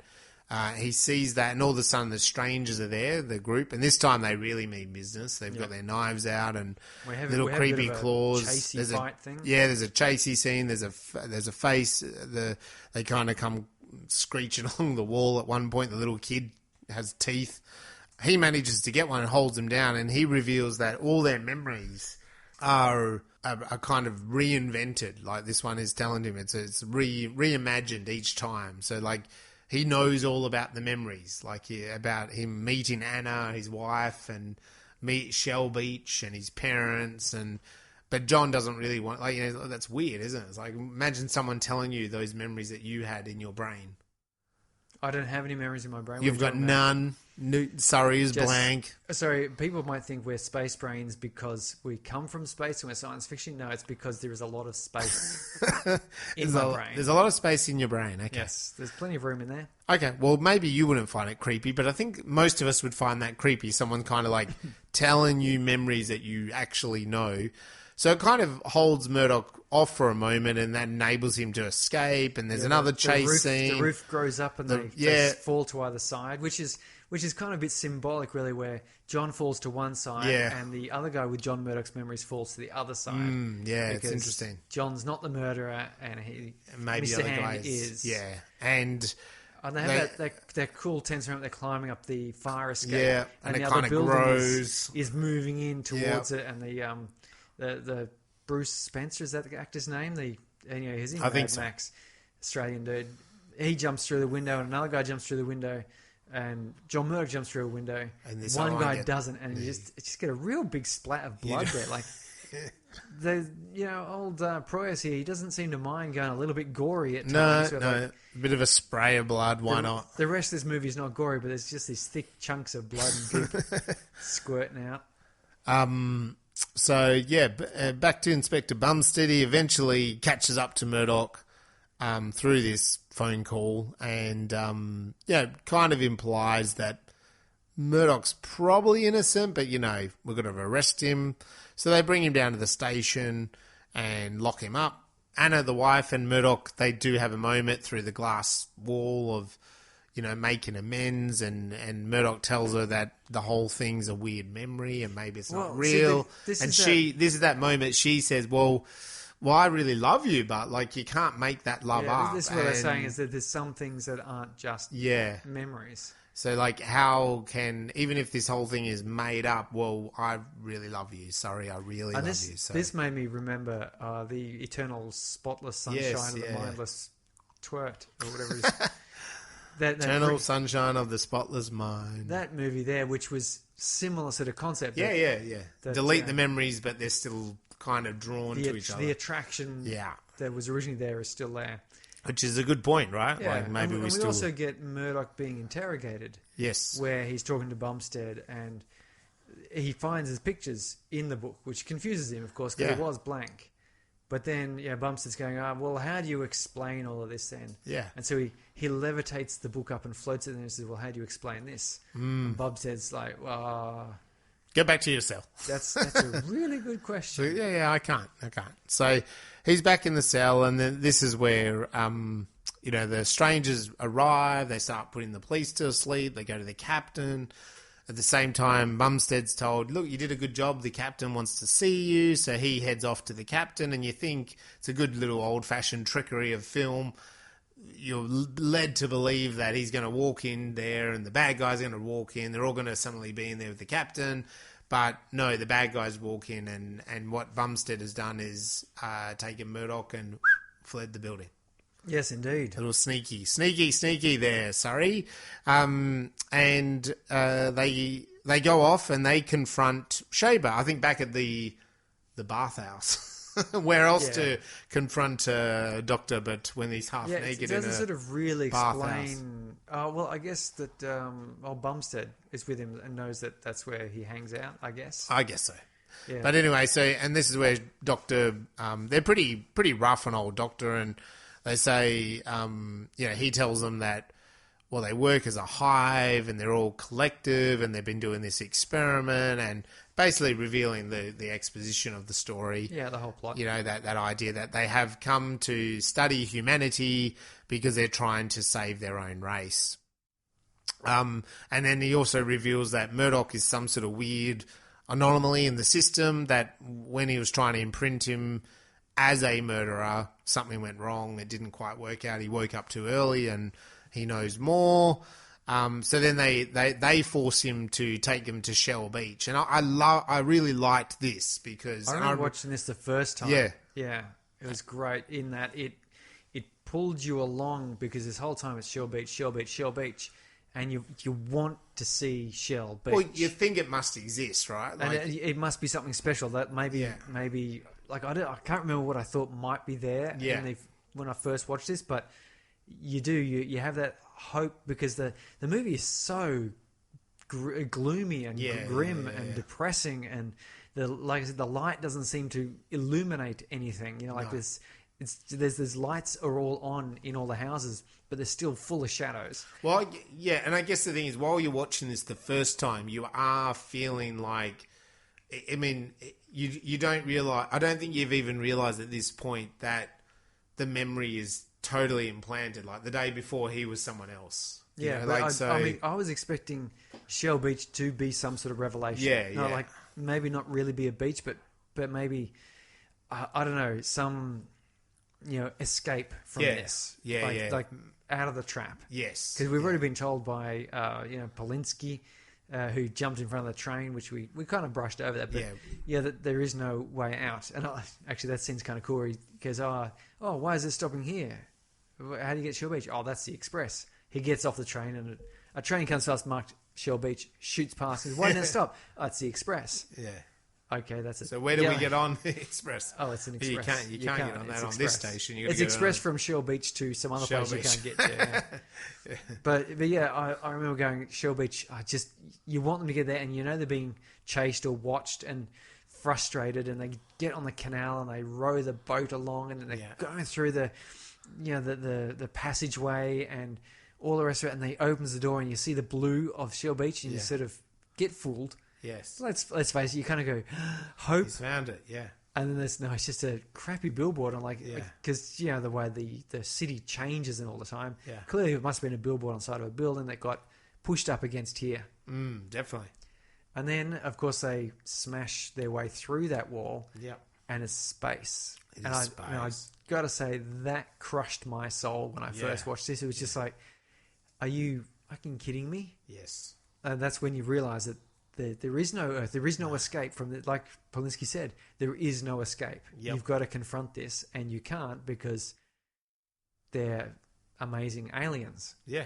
And they do indeed literally have to turn around and confront them, because there's Mr. Hand with a knife to his wife's throat and says, hey, you got to do this. And there's a bit of a scuffle, and old Bumstead gets knocked out into space along with one of the strangers, which again convinces you that you're not just up high in a building. No, you're literally on a spaceship. Yeah, well, I think from there is a big wide shot. Isn't there? You see a bit of this. You see this city in space, and you see as well when their bodies float off that there's a bit of a shield or something as well, and there's no sun like at that. The angle they sort of shoot that at, that this city is floating in space, but there's not, and it's not Earth. You're not on planet Earth at all. But it's a wonderful part of the story, and you always know that it has to happen because it's part of the up and down. It is. You've always you don't always. There are exceptions, but you get that one where it's like, it looks like it's smooth sailing to the end, and then you get that little turnaround where it's like, actually no, you haven't done enough yet. Yes. To win the day. Well, I think at this point, right, like it was almost like, well, the detective, the wife, and Murdoch are all on the same page. Yes. They go looking for Shell Beach, and even the doctor, who you're maybe not sure if he's good or bad, he's with them. So it's kind of almost like, okay, well, all the people, all the pawns have come together now. They have more power, but hang on, the world they're in, like, there's no way out. They're going back to that analogy earlier with the doctor and the rat. We're the rats. Like we're in a maze. Like there's no way out. Yeah, I mean, what's the best outcome that you're going to get? Yeah. Once you get out of the maze, you are now just in their territory anyway, which is space. The strangers bring Murdoch back after that to the beneath the city home, and they stick Schreiber in that cage thing. That's so cool. It's so, again, that's very Tim Burton-y. It's almost maybe Hellraiser-y sort of. Yes, it is. He's in this weird squeaky cage thing that he can just barely walk around in. Yeah. Which again is what they do to rats sometimes, don't they? They put them in like a wheelchair or something. Goodness me. It's like, you can't get away. You're not getting away from any of these guys. No, I mean, I'm not that Schreiber was really very much of an athlete to start with. But here he is now in a cage. So, he's there, and they want to imprint him with the collective memory, believing that Murdoch to be the culmination of all their experiments. But when they're going to do that, they're all like, that's the noise of it. I don't know how well that comes across. No, I don't know. I'm not too sure. But anyway, they're making these weird little creepy mouse sound, and they instead, Schreiber betrays them, and he injects them with that. He deliberately takes what they've given him and he swaps it, doesn't he? He swaps it with the syringe that John stashed for later. And we get into this like flash of memories of the fire and the beach and him growing up, and it's all his memories, but Shaver is there telling him the truth. And and training him, and like he's practicing flying up the stairs. And Yes. So it's like a whole lifetime worth of skill in tuning. Yes. In a moment. Yes. So that when he opens his eyes, he's now super powerful. He is the one. He is the one. Yeah, he's become the one automatically, you know. So unlike poor Neo that had to actually do some training and learn how to use the guns, you know, in 30 seconds, here he's just straight into it. And so he just comes out, breaks free, starts fighting them with his powers. Yeah, and this is got to be one of my favourite scenes where there's the big weird wobbling blob of reality being twisted. Yes. And there's, that sort of flips around and there's crap flying up everywhere and there are guys getting sucked up out of the roof and Schreiber goes flying up out of the roof and he tumbles down somewhere later on. And there's, the floor gets ripped and it's a very cool, if they had a few more $1 million, that would have been even cooler. I think so. But it was pretty good. A bit inspired by Akira. We've seen Akira. Yes, if you've been playing along with us, you would have watched Akira as well. The end fight of Akira is sort of similar to this. It is a weird Akira ending, isn't it, really, in a way, the fight bit. And this is one of the things that I really loved, as I said, that they actually went there. They had the confrontation. Yes. They had this big, epic battle of... minds, really. Yeah, reality bending. Yeah. Who's going to win, the human or the alien? Yes. And... well, we sort of know it ends up being the alien and the human. Because the alien, very crow-like, ends up impaled on a thing in the Jesus Christ pose as we get. And this is where I was going to touch a bit on the religious aspects of this film. And I don't know if Proyas intended this, so I'm going to ask him when we get him on. Yeah. But this whole... in amongst this is 3... biblical tales, which are sort of similar. So one is Adam and Eve, Garden of Eden, where taking the forbidden fruit, gaining knowledge that they're not supposed to have, and that's being exiled. So that's where, you can see that is. The other one is the fall of Lucifer. So the strangers are God. Like they're the creators. They make everything. They control everything. John is one of their workers. They're one of their angels, if you like, that they're experimenting with. And he then challenges that power and says, hey, I'm too good for this. This is not my life. This is not what I'm doing. And again, gets cast out. We have revelations occurring. And then the last one then is sort of this Cain and Abel arrangement where John and Mr. Hand are Cain and Abel. Where Mr. Hand, who's actually the serial killing psychopath, is actually the favoured of God. Abel. Yes. John is Cain. That's very true. Murders him. Yes, and so it's just it has these sort of elements here of classic parables, really, of these sort of religious sort of stories of discovery and falling from grace. It's very true. And fighting against your creator, and in the end he wanders out onto Shell Beach because he recreates this world. And Schreiber asks him, where are you going? Shell Beach. Yeah. And so I really got, and even having God then crucified on the post, like, which then of course sets everyone free. Yeah. So, it's, I don't know if this was intended to be this way. I think so. I think so. I think there's connections. I mean, and Sci-Fi does this, right? Like Sci-Fi is a parable to the Bible and to these religious stories and then other prophecies and hypotheses and all that kind of stuff, right? Like, so definitely I think there is those connections. You're not reading into them. It's the same as the Matrix, right? Because there is so much, like, they're long trench coaty sort of things are sort of like those priest vestments. Which I think Catholics are getting around in. Not so much these days, but certainly you go watch The Exorcist and the Catholic priest who rocks up to be the exorcist. Well, they still do in the church. They just out in in public. They don't. And in public, it's only when they're going to, I don't know, when they've got their torture supports. someone to death. Or other things. So no, but I think there is those connections, definitely. I don't think a filmmaker is always looking for those connections. Oh yeah, but it's beautiful. He does go out the water, and then the sun rises for the first time like ever. Yes. Well, he sort of like turns the city, I think, a little bit that way, doesn't he? Rotates the city. And the water, like he thinks, well, why not have water? Like there's water here. Why not just use it? Use his powers to bring the water. So he floods the outside of the city, and it becomes like an ocean surrounding a moat around the city. But it looks like an ocean from their perspective. And sure enough, he meets Emma, who's now Anna.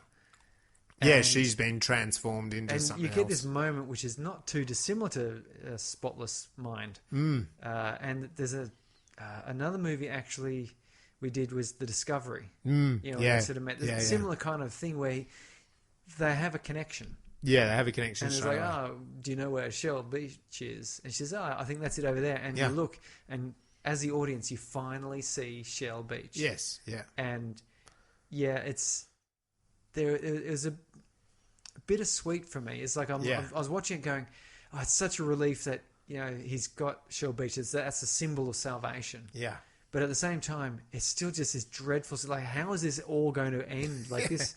How does it evolve? How does it move on from here? Does he create a whole planet out of this? Or? Yeah. But I suppose that's the thing. Like, if he sets the intention from day one that it's just a human experience and we don't have those outside godlike creatures changing things every night and changing everyone's memory, well then everyone is kind of born fresh from today. Like, they live their life, right? Like, it's freedom. It's freedom versus control. Same as the Matrix, really. Yes. Like, if you want to be a free... that's what happens at the end of the Matrix, is that not everyone is free, but Neo says, I'm going to awaken everyone, right? And that's what then... It's the same here. Like, he's now the one in charge.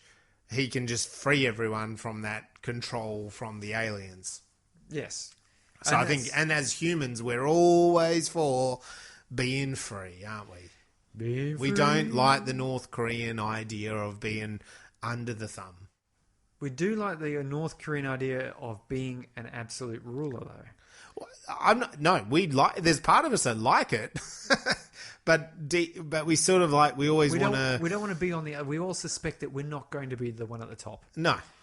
And so we want the freedom so that we can live our life. We'll all be somewhere down the bottom. Yes. Which is that is pretty much the way it is. Are you telling me I'm not the one? I want to be the one. Oh. You're a one. Yeah, that's right. So therefore, we can't be the Korean dictatorship. We've got to be a democracy where we're all the one. Or, yes. A hive mind. Anyway, let's get on this ladder thing. We could waffle on about hive minds all our lives. We could. And maybe that's what you want to talk about in your science part. But in the ladder, for me, Surrey, Dark City is something I think people should watch on my ladder pretty early on. So I've put it after District 9 and before Interstellar. So I think if it's on the numbering system, it's about number 9 or something. But yeah, it's something that I feel is pretty damn powerful. I think it's an amazing, symbolically filmic, dark film noir sci-fi. You do take The Matrix a year or two later, and there's some similarities. So anyone that enjoys The Matrix, I think, will also enjoy this.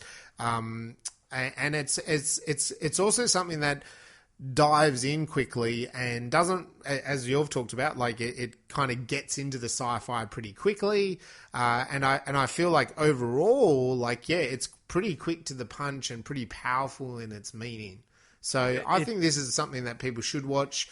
If you do watch it on my list around District 9, like District 9's, it's aliens again, but it's a totally different perspective. It's also a very different stylized film. And then likewise with Interstellar, like it's a very polished, modern, time travel, a bit sad kind of film. Whereas this one's more your sort of upbeat, what the humans can do against aliens. So I think that would fit in quite well if you watched it in that order. Well, How about yourself? Well, I really liked putting it down there. I figured, where would I need to watch this film? Like, after watching certain films, where would I need to watch this one? Yeah. And so I really like putting it in before Replicas. Okay. Because, Replicas is where Keanu reproduces his family and downloads all their memories into new bodies. Yes. Which I kind of saw a similarity there, but it's a very different take on it. Yeah. So it's down there number in between Freaks and Replicas, because I thought, you know what, that really shows it's a real left-hand turn from Freaks, superheroes, German, into Dark City, and then with that you go to Replicas, which is a little bit less. It's still got a similar philosophy, but it's a little bit less dark. Yes, I suppose. So that's where I put that one. Awesome. So, cool. Well, yeah, follow along. Tell us what you think about our ladder choice and where you might put it on your ladder if you're following it along at home. So, Surrey, what about the science? Are you going to talk about aliens? I hope you're going to be talking about aliens that are going to abduct us and take us away for not anal probes, take us away for mind-bending experiments. It's mostly the probes, though, isn't it? The probes, yeah. That's the we all want to be reason. Probed by an alien. But Come on. I think there are more orifices to explore. Oh, okay. I like this. Teach me. I think they could broaden their horizons. I mean, anyway? What's wrong with the ear canal? Come on. What's the big deal with the bum? I mean, why do we all want that? Yeah, we did do Paul, so you can look at Paul and learn what the aliens really think about the anal probing. He asked that question, yeah. So, no, I was looking at nature versus nurture. Okay. Because in a way, this is kind of what is tackled in this film to some extent, which is how much of our behaviour, and the aliens are exploring this. They keep going, well, let's change the memories. Let's change these things. So they're changing the nurture side of things, but not the nature. So they're going, definitely, we'll give new memories with a different upbringing, and we'll put you in, you're poor today. Now what happens if you've got slightly different memories, but you're really rich? Yes. And we'll see what happens. Fair enough. And we can see then we've got John Murdoch. They tried to inject him with a killer. Turns out that he's just not a killer. You know, and there's also this love connection with Emma/Anna. There's like, well, how does that come about? There's something more than just the memories bring up. And this is obviously something that has been of vast interest to us humans throughout history. Yes. Is, are you destined based on your heredity or the heredity you receive to be a certain way, or can you change? Yeah. And there was an interesting documentary brought out, which I only learned about when I was researching for tonight, called Three Strangers... Called Big Brother? No, Three Strangers Meet in a Bar. What the heck is it called? Is this the one about the triplets? Yes, the triplets. And they... I've not watched this, but my wife has watched this. This is a mind-blowing documentary, she said. Yeah, so Three Identical Strangers. That's it. Three Identical Strangers. So the basic story is this guy... It's totally creepy. Dr. Neuberg... Neumann? Oh, geez, I better get his name right because... Let's call him a stranger. An alien stranger. Well, it was really interesting, though, because I totally get where he's coming from. I don't really agree with his methods, perhaps. But anyway, so this fellow, Dr. Neumann... Let's call him Neumann. What does he do? Sorry. What does he do? Well, he goes, you know what, I really want to study this whole thing, nature versus nurture, DNA versus... So let's kidnap some babies. So he found, to be fair, he found triplets who were orphans already. Yeah. And then he went, okay, this is great. Triplets, they're identical triplets, so we'll put them into different families. So put one in a working class family, one in a middle class family, one in an upper class family. And the controversial thing here is, first of all, he split up brothers, triplets. Secondly, he then didn't tell the families that there were siblings. Yeah, there's no experiment going on. So basically, no one knew that they were triplets. Yes. Because part of the experiment would have to be, you can't know that. Yep. And they told them, we're just seeing what the outcome of different orphans are. Yeah. And so they followed them throughout, they're growing up, probably about 18 years or something. They followed them up until 1980, when it just so happened that this one of the triplets was heading along at his college where he just started, schooling, university, whatever it is they call these things in the States. Yeah, and he rocked up and someone said, "Oh, you're..." Yeah, he's this guy Robert. Like you're a mistaken identity kind of thing. Robert, he's walking along there, people slapping on the back and greeting him and waving to him, and he's like, "What the heck is going on here?" Until he meets Eddie, who studies at the same college. They bump into each other. And they've got the same hair. That they look identical. The same, yeah. And it's like, what the hairy heck? Yeah. And so Robert goes back to his house and says, "What's the story here? I was adopted. And so they tracked down the hospital records and said, well, what's going on? They managed to get it unsealed, whatever, and found out that, yes, they were twins, at least. They had the same parents. Yep. Because they didn't mention that they were triplets. And so the news went out into the world, the newspapers and TV and stuff saying, hey, look, his twins reunited.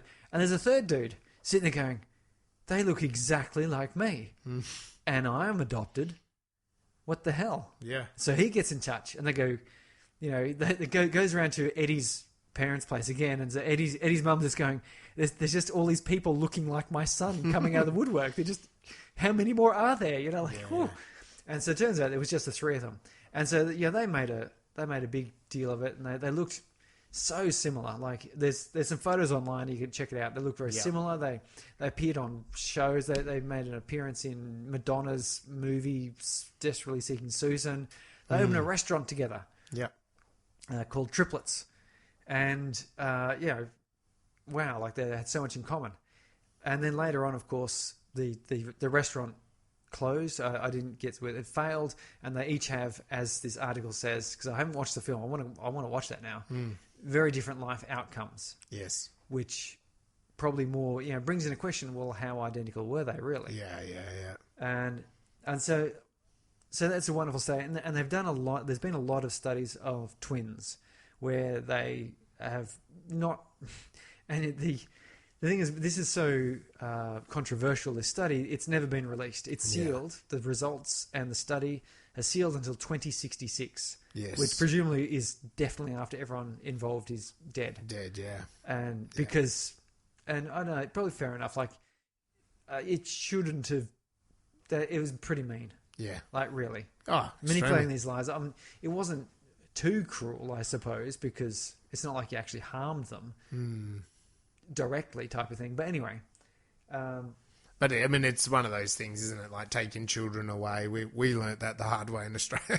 Yeah, so you get to ask. It's a really interesting question. Is like, if I was raised differently, would I have different outcomes? How much of where I am now is a factor of my DNA, my genetics? Yeah, that's right. And as it turns out, across many studies and so forth, and this hasn't been settled by any means, but it looks like it's at roughly 50-50. Yeah. Like, sometimes for some diseases, for example, genetics plays a lot stronger cause. Like breast cancer, there's a genetic pattern which gives you like an 80% chance or something crazy. Yeah, with actually more, not just breast cancer, but a lot of cancers. There's a bunch of other diseases as well, but then there are other ones which don't. They have a look at like autoimmune rheumatism and so forth. Yeah. Not particularly related. Heart disease, not particularly related. Yep. Far more nature. And this has gone in with some of the studies in what's called epigenetics, which is how your existing DNA is expressed differently based on environmental conditions. Yeah, right. And so if you have the genetic markers for breast cancer, for example, which are strong, indicators that you will get breast cancer. Yep. It's still not 100% because those genes may never be activated. The things that go wrong might not get activated. They get activated by coming in contact with various proteins, hormones, signaling messages, which happen. Goodness knows which ones they are for breast cancer. I think if we knew, we would have the answer. Yeah. But and that's the case. So you can get two identical twins, But if they're raised separately, and they've noticed, particularly with poverty, is one of these ones. Poverty absolutely wrecks a person's genetic potential. Yeah, right. So this is someone who is raised in poverty, even and I've lost the reference here, but even after becoming wealthy and well off, has worse markers for all these diseases and health problems, and will have a shorter life expectancy. Yeah, Someone right. who is raised in abundance, and this doesn't mean raised super rich, but comfortable, they got the right food, they get good education and so forth. Even if later in life they become homeless, street people who are looking out for themselves, because that's the only resources they have, they still don't have the problems of the poverty. So wow. And they've seen this with twins. The twin is raised in poverty, and one raised in some sort of affluence, and there's a remarkable difference in their quality of life and their life expectancy and their chances of going to prison, for example, and their chances of having a successful career or children, all those sorts of things. There are these strong markers or strong indicators from the environment. And now my favourite story, I can't for the life of me remember if I brought this up before, but there's this guy, James Fallon, not the Jimmy Fallon yet that you might know from TV. Is another fellow. Is a Dr. James Fallon. He is a neurologist, neuroscientist, and he was studying a bunch of brain scans because he was looking at a number of things, for example, psychiatric conditions and Alzheimer's and so forth. And he's going, his question that he was studying was, are there physical markers in brains that show like a psychopath? Can you do brain scans of someone and say, you're a psychopath, you're not? You're a Dharma. Because this would be handy. I mean, someone who turns up to court and says, oh, no, look, I should have reduced responsibility because I've got this problem. And then you get scanned and go, well, no, you don't. Turns out you're just a dick. But straight away, my butt, it's this movie, isn't it? Is it like you could implant someone with the genetics of... and this is where it gets exciting. Yeah, this is where it gets weird, right? James Fallon, this is the plot twist. Yeah. Because he's looking at his Alzheimer's screening, a different thing, and he's used members of his own family. Because they all volunteered. Starting point. It's an easy starting point. And he's going through it and he finds one of them. He goes, oh, this one must be mixed in there. No, this is part of the son. This family member of mine is clearly a psychopath. According to my other research. Don't let them near Nana on their own. And so he goes, I kind of have to know who that is because we need to talk to them. It's the same as had he found clear signs of Alzheimer's, he'd go, well, actually, no, I've got to help that person. So he unblinds, ruins his experiment basically, gets it up, finds out it's his own brain scan. And he looks and goes, I'm not a psychopath. He goes and talks to his family and says, I've got this brain scan here. It says I'm a psychopath. His family went, oh yeah. He said he was a bit disappointed that they weren't as shocked as he was. But they would recount stories of where he was supposed to go to a funeral and he's like, oh yeah, but the game's on. Well, this is your favourite, uncle or whoever it was that had died. He helped raise you. It's like, I know, but I don't want to miss watching the game live. It's not no good recorded. And so he's recalling some of these things where he goes, okay. Did a bit more study in there and found out that not only was he a psychopath, but he also had some of the genetic markers for increased violence and aggression. And he's like, but I've never been in a fight. I've never been arrested. I've never murdered anyone or committed violence more than, you would normally do like in a school round situation. Give push and shove or shout at someone. And so, he went, well, what's going on? Here's the extra twist. He was previously a genetic determinist. So he was of the opinion that more of your life and personality was determined by your DNA than otherwise. And so he's confronted with direct evidence that that's not true. Yep. And he's gone, okay. And so he started looking into these things, and yeah, sure enough, his aggression, he's quite competitive. He doesn't let his grandkids win when he plays games. He's a bit of a dick at sports because he wants to, always win, and the rules and all that sort of thing. Probably in his job, he wants to be a high achiever. And he doesn't mind a bit of an argument. Yeah. So he says, so my combative nature is more the fact that I enjoy like an argument. Yeah. And I want to win the argument. And so he's going, okay, so yeah, I'm a bit of a douchebag at times and all the rest of it, but overall, and he looked back and he goes, Dharma. The advantage he had was there was his parents, in trying to conceive him, had a series of miscarriages. And so when he came along, he actually got, an exceptional amount of attention and love because he was like their special child who had beaten the odds, and had come out. And so he says, well, it seems that and they weren't a poor family, again, they weren't like fabulously wealthy, middle class, but they were solidly middle class. Yep.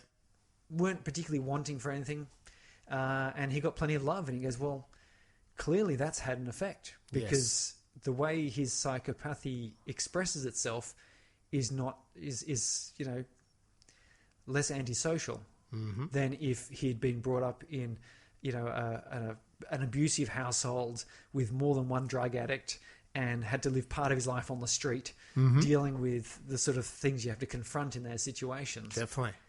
So I love this story because it really does show that there's something more. And the little bit at the end here is he's decided to improve himself. He says, I really think about other people's feelings and I really try to moderate, my aggressive sort of competitive tendencies and so forth. But don't be confused into thinking that it's because I've become a nice guy. It's not. It's just I want to be able to tell everyone and show everyone how they've got it wrong. Yeah, and that I can beat these. I can beat the test. I can be a psychopath and be nice. Yeah. So that in itself is kind of that psychotic behavior of he's going to deep down he still wants to argue and shout and not care about people, but he knows it's not going to be a helpful behavior. Anyway, so that's my little story I want to bring up, which is definitely. So look, he's got a book out called "The Psychopath Inside," and there's I watched a little short documentary on him as well, and I just found that whole story amazing. It is. It's an interesting one, that one, because he's presenting in this documentary. So you can see him acting, and when he reveals that he's a psychopath, you kind of go, oh. But I was expecting him to be, crazy, but he's not. He's, as in his own words, he's a bit of a dick at times, but not appallingly so. It is a funny thing because have you ever done those personality tests? And I know that there's extremities of them, and there's that famous IQ test and the African American IQ test and stuff like that, but. Just when you're saying all this, it makes me think of those tests where you fill out a bunch of answers and then they kind of say, oh, you're this kind of personality. And they, there's variations of that. They might get extremely, business minded, or it might be more about, general personality traits or whatever. But it does make me think that is his test really proving a psychopath, or is it just the way that test is put together that therefore, hey, I'm a psychopath? You'd probably have to research his write-ups, but because I'm always interested in that. Yeah, what is your actual testing of a psychopath? And here's the next bit that's interesting. I think is astrology. How is that different? Because that says that I'm a Virgo. Yeah, and a Virgo has these traits. And you sort of think, but hold on. I've got to be more than just of course. Yeah. There can't just be 12 people in the world. No. So I've got to have my own experiences. Yeah. But you know what really good... And I'm tremendously skeptical because... it's astrology and it's sort of all nonsense. But the really sad thing is, of course, when I read through all of the star signs and I'm going to pick which one actually does sound the most like me... Yep. I'm a Virgo. Yeah. There you go. Like, that's what really annoys the crap out of me the most, is that I just, I know astrology is nonsense in its spoken form or its presented form.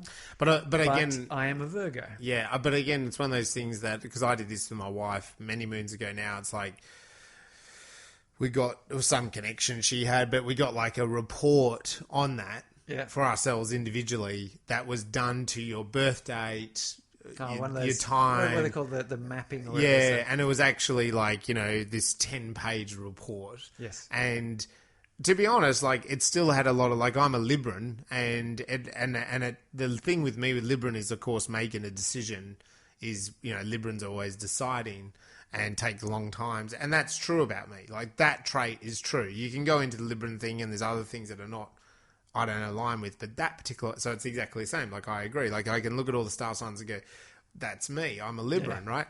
But when we got this report, suddenly it was like these specifics where you're like, oh, it's not just that sort of vague, a Libran struggles to make decisions. It was actually some specific things that you're like, oh, that is me.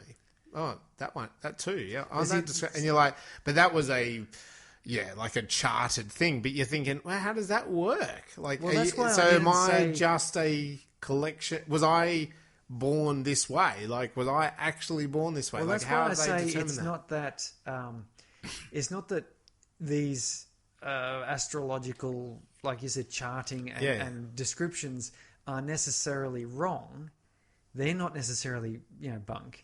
Yeah. The professed way that they come to it is not. I don't believe that to be true in the slightest. I think it's far more likely that some very sensitive and empathic people have over time come up with this astrology, and just through observation and recognizing people and working with people and absorbing different types of personalities and then categorizing. And this could have been an unconscious or a conscious process of categorizing, and they try to make sense of, how is it that I know that this sort of person that I meet is going to have these other sort of traits.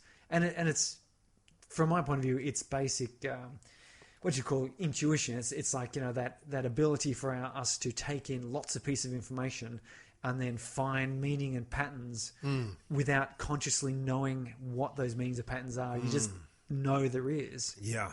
And that gets refined, and then someone starts coming with, it must have to do with where your stars were, and you can make it really complicated. Yeah. The reality it comes down to is basically, I reckon, some very, very sensitive people, and this is with all the various star signs, the Chinese astrologers and so forth, have discovered that there are certain commonalities of people, and you've got to think that's going to be true if we say about 50% is nature, which is your DNA, then you must be able to at least draw some broad categories around people based on their family lines or their portions of their ancestry and so forth. Yeah, that's very true. Maybe some of that then corresponds to how you get born, like when you become, when your mother becomes pregnant, could well be related to her DNA. So the time of year and her DNA, and time of year and your father's DNA, where they cross over, that's going to determine the time of year you get born. So there's going to be some relationship there. Does, yeah. So you could imagine then, and that's why these things, the descriptions tend to be a bit general, because you can only be a bit general. Like, there's 7 or 8 billion of us around the place. You can't list every single person. There's more than one person born on a single day. 2 kids born at the same time in 2 hospital rooms next to each other. Are they the same person? No. But some portion of them probably is. Yes. When you take into account they're born in the winter, they're born in a particular hospital, for example. So it was maybe it was a private hospital, so maybe they're of wealthier parents. And I guess the thing is with any of them, and even what I was saying about personality tests, like, again, they're generic statements that are specific enough that then we draw conclusions on. Like, that's the other side of it, right? Like, because it's the same as like going to see I'm not against or for these people, but like what are they called? Like a reader, a tarot reader. A tarot reader, right? Just for example, or someone that reads the future or looks at you and reads your palms or whatever, like. And again, I'm not against these people, but do they say statements that are generic enough and then you make interpretations from that? And are they looking at you? Are they just extremely talented in the ability to kind of read a person versus another person that can't really read a person as easily? So they can just kind of look and understand by looking at your face, you would be in these kind of categories, you know? And even the way that then you respond to the way they interpret you, you know? So that would explain why when I went to that reader, she said, you escaped from a zoo. Yes. Clearly. Or you got and you some say, sort of... you say no, and they go, yeah, it's a metaphoric zoo. Was it some sort of terrible acid damage? I just help me out here, because your face is mentally there's mashed a reason up. you do podcasts.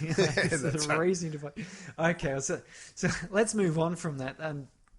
But that is an interesting point on science of...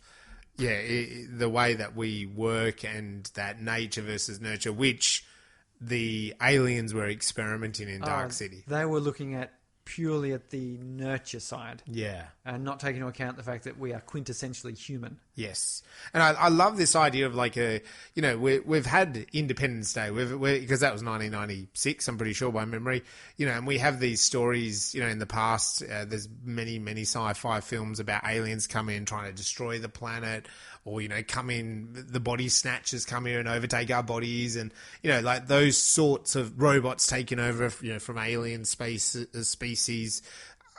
But this idea is that, well, at some point this, even occupation, actually, before I say, but occupation, like an invading force that need to take over the planet, the planet is the resource they want.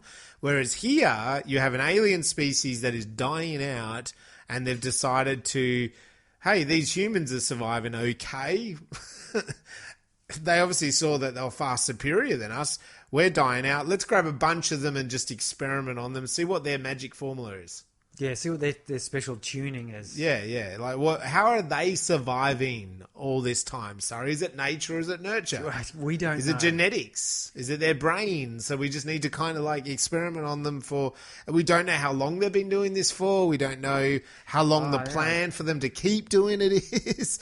So it's a cool idea for a story that you come in on this moment in the film where one human is sort of finally broken free of it a little bit, and then causing a fracture in their experiment, and they're trying to control that and they can't, and so it's very interesting, I reckon. It's a great idea. And they don't really solve it, do they? I mean, is it nature or nurture for John Murdoch? He was never obviously going to be a murderer, that's a funny thing, because he learns his tuning through the memory implants. Yeah. So he may have been genetically capable of it, but it was his environment that allowed him to do it. Yeah, and then, as humans, are we... did he learn that because the aliens... the nurture, was it because he was abducted by those aliens that can tune? So as humans, we've, learnt by proxy. We wouldn't have learnt that if we just stayed here on Earth with other humans. Yeah, that's another thing I want to talk about. Rats that we experiment on. You could take a rat and give them some sort of superpower, right? Another episode. Maybe I'll talk about the Akashic record and resonance. This idea that when one person does something for the first time, it makes it easier for everyone else. Yeah. And you get sudden launches ahead. So, for example, the TV was invented by two different people with no connection to each other at about the same time. And there's a number of these situations. I won't go into it, but it's really an interesting Ants and idea. A Bug's Life, those two movies, pretty much the same time. I mean, how the hell does that happen? Geez. Just expanding our human consciousness. Speaking of movies, what's up next week? Okay, we are shifting tangents to Edge of Tomorrow. Another Tom Cruise.